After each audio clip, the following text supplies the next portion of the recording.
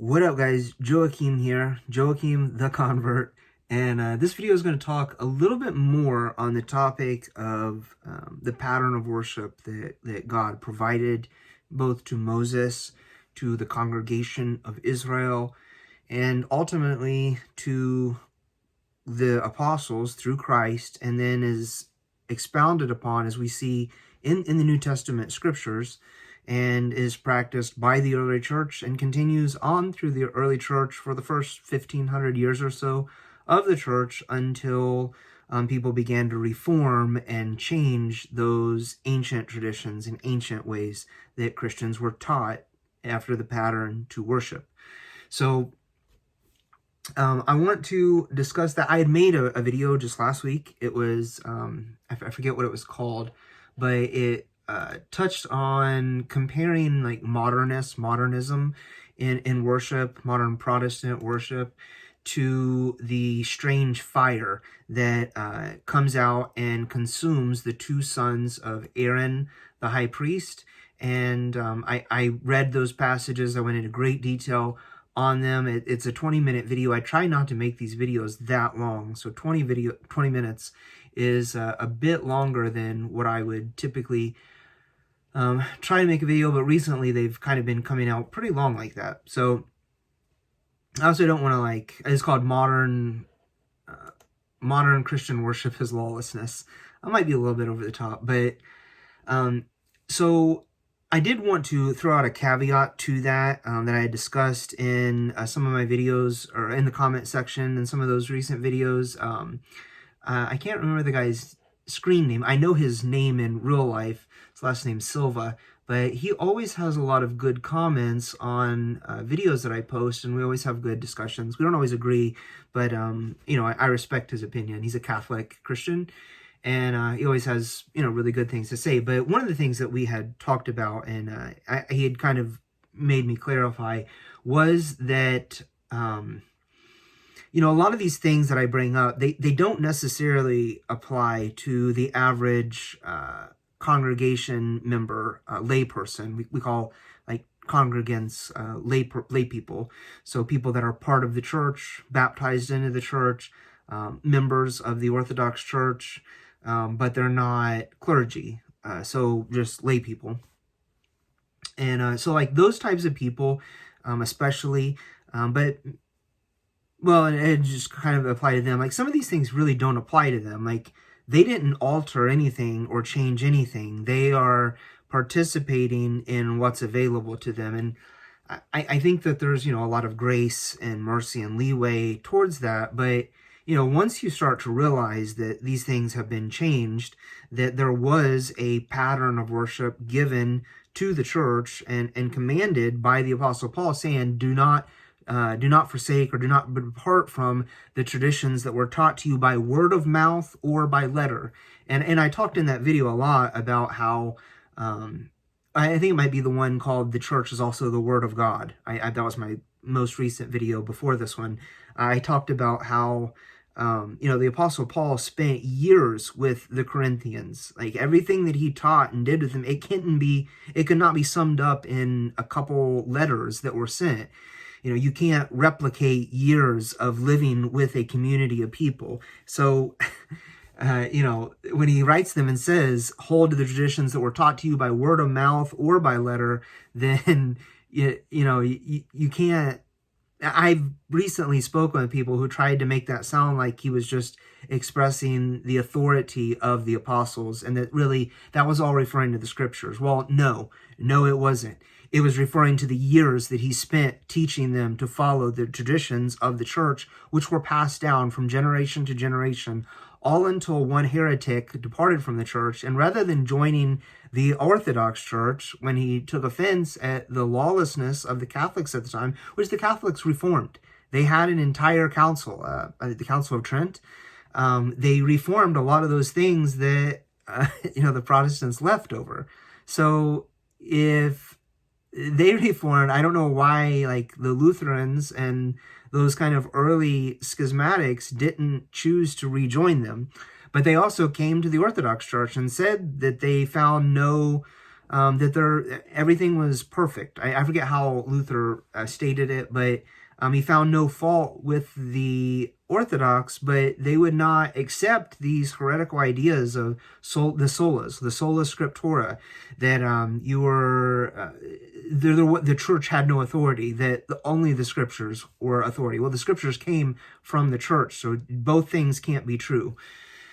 So anyways, I wanted to just expand on some of that, and so this video is going to talk about, it's going to compare those ideas to the golden calf in the book of Exodus in chapter 32.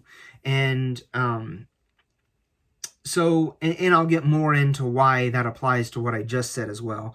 But so if we're in the book of Exodus in chapter 32, it says that, and this is verse 5, now Aaron saw this, this is your God, Israel, who brought you up out of the land of Egypt, referring to the calf. I'm sorry, let's go back to verse 4.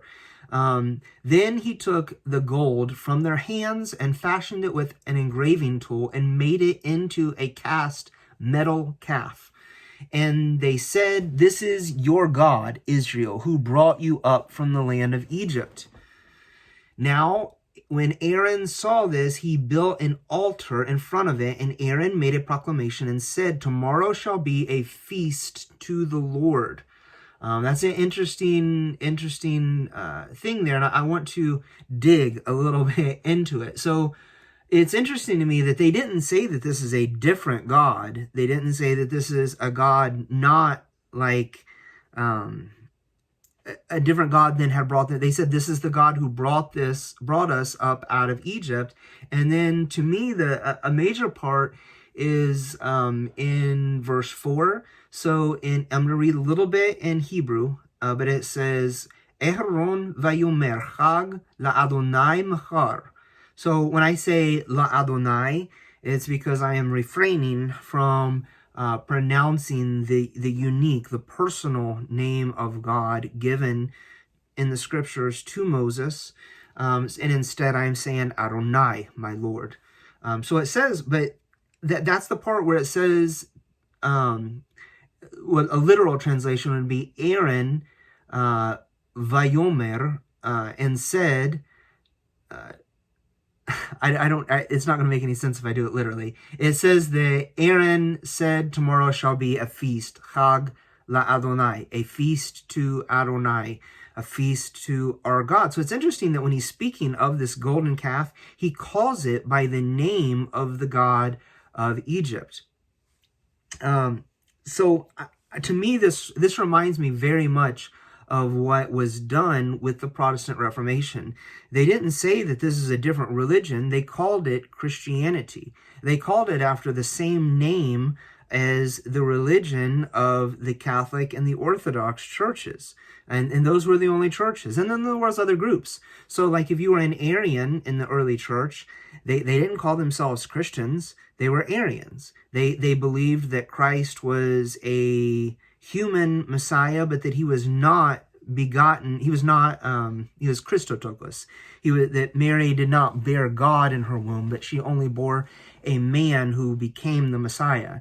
So that's what separated the Arians from the Christians. The Christians held to a pattern of worship that had been passed down to them by apostles, and they held to the Nicene Metropolitan Creed.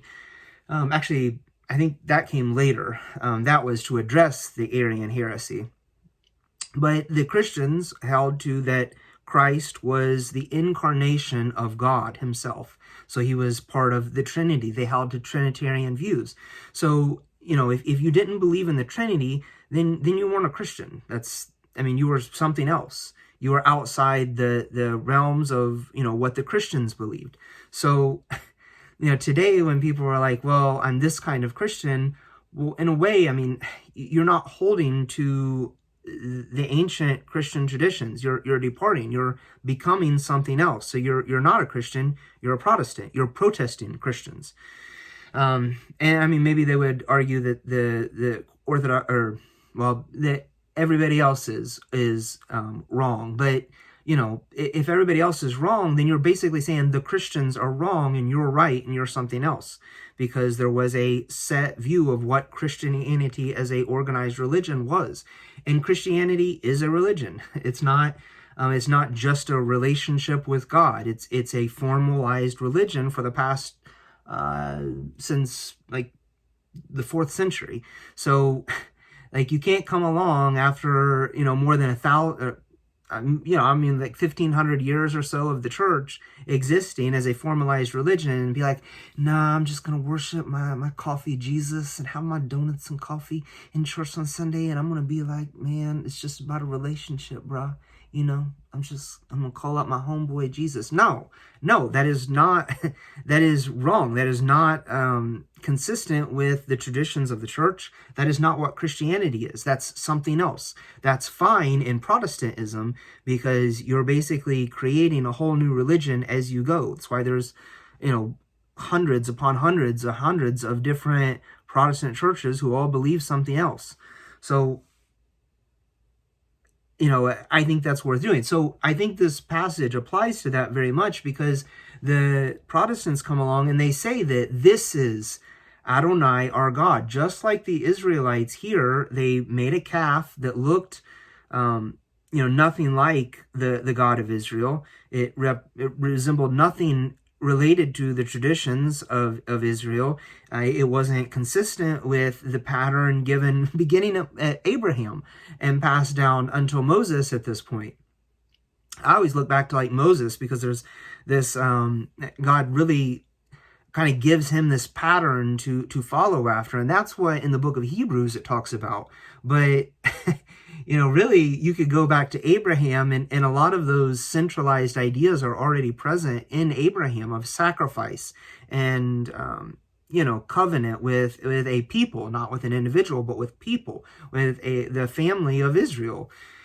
So not necessarily by blood, because the congregation that comes out of Egypt is a mixed. It calls it a mixed multitude of people. It's all of the slaves from various nations. So it's not just the physical descendants of Abraham, but it's all those who grasp on to the God of Israel, the God of the Israelites.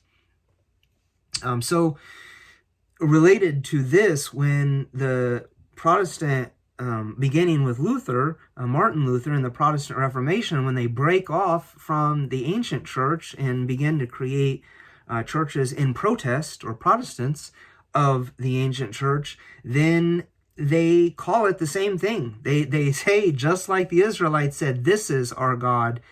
This is La Adonai, Chag La Adonai, festival to Adonai, the God of Israel. They call it the same thing, but it's not the same thing. It doesn't look the same. They don't have the same concepts and beliefs of the ancient Christians. So, there's sacramental, or in like Latin, in the Catholic Church, they say sacraments, coming from the Latin word sacramento. So that's where they get today's sacraments in English. But in like the Orthodox Church, we call them mysteries because they are coming from the Greek word mysterion. And when you read the original writings of the New Testament, that is the word that it uses, is mysterion. So there's things like, things that we would classify as mysteries of God. One would be the Trinity. Another one would be the virgin birth. A human can't see God and live, and yet Mary bore God himself in her womb. That shouldn't be possible, and yet it happened. The communion, or we say the Eucharist. When you partake in the Eucharist, it's bread and it's wine, but mystically, we would say, it's a mystery that it becomes also the body and blood of Christ. So how does that happen? We don't know. We don't have an explanation for that. The scriptures don't explain it, and church tradition only speaks of it, not the actual process of how it happens, just that it does. So those would be mysteries. And so those mysteries, though, were abandoned in the Protestant Reformation. So you can't abandon the core tenets, the core, makeup of the church, and then also say, well, we're also Christians. And by the way, we're actually the real Christians, because everyone for the last 1,500 years, they've all been wrong. And somebody pointed out, it was the same guy, my Catholic friend, pointed out that in the German Bibles, so Martin Luther, he was German, when he began to translate the New Testament into the language, he actually added to the words of Paul. I think it was in the book of Romans. He didn't like that Paul said, by faith, man shall live by faith, I think is how it goes. But he added alone, by faith alone, because he presumed to correct the apostle Paul, because apparently he thought Paul was wrong. Paul was not, his writings were not good enough, so he needed to correct them so that, us mere mortals would understand. No, that is wrong, and that is arrogant. It's diametrically opposed to the traditions of the church. If we approach the Eucharist in an unworthy manner, and this is coming directly from the Scripture, then we do it to our own condemnation. So when we approach the Eucharist, if a man counts himself as worthy to partake in it, then he's automatically unworthy. The only way you can approach the Eucharist is to say, Lord Jesus Christ, Son of God, have mercy on me, the sinner. You must acknowledge your own humanity, that you are unworthy to partake in the body and blood of Christ. Otherwise, you do it in an unworthy manner to your own destruction. And so, I guess, there's so many topics that all relate to this that it's difficult to get away with it. But so I guess the main point that I want to leave you with, the video is already 16.5 minutes long, is that when Israel took the golden calf and called it after the name of the God of Israel, and the Protestants took the religion of the apostles that was passed down with Christ as the head of our church, and they called it after the same thing, this is a grave sin. This was a wrong thing. Martin Luther should have never done this. The reforms that he called for were fine. I agree with many of the reforms that he called with. I think the average Catholic person agrees that there were major problems within the church at that time that needed to be reformed. But that didn't mean you go create a golden calf to worship and call it after the name of the God of Israel, because you've created now a offshoot from the Christians. And I'm going to cut it off there. There's so much that could be said about what is a Christian and how to define a Christian. And I've given a lot of thought. I've made videos to talk about what a Christian is, defining exactly what a Christian is based on the Nicene Metropolitan Creed. So, given that within the creed we say, I believe in one holy Catholic and apostolic church. So for the Orthodox, that would be the Orthodox Catholic Church, not the Catholic Church. For the Catholic Church, that would be the Catholic Church. And, it might exclude the Orthodox Church, depending on who you ask. But, all that aside, both of those churches are descended from the apostles. The apostles anointed bishops to continue on in their work. And so our bishops are a continuation of the ministry of the apostles. So now when you now have churches who are, under neither of those, and they don't believe in the church the way that the apostles believed in the church, the physical, visible church, that Protestants believe in an invisible church, meaning that, based on your profession of Christ, that you're a part of the church, like the big church, like that is their belief in the church. So that is a different definition of what the church is in then. So that Protestants don't believe in one holy Catholic and apostolic church. They believe in the invisible church. So if the Nicene Metropolitan Creed, given in the 4th century and that defined the Nicene faith, the Orthodox Catholic religion, then that was what defined what a Christian was. If you don't believe in that, then I think a strong argument could be made that you're really not a Christian then. So you're something else. You're a Protestant. So I don't say that to be offensive. I don't say that to dismiss anybody or to condemn anyone to hell or anything like that. But I do say that, these words have meaning. They had meaning when they were made.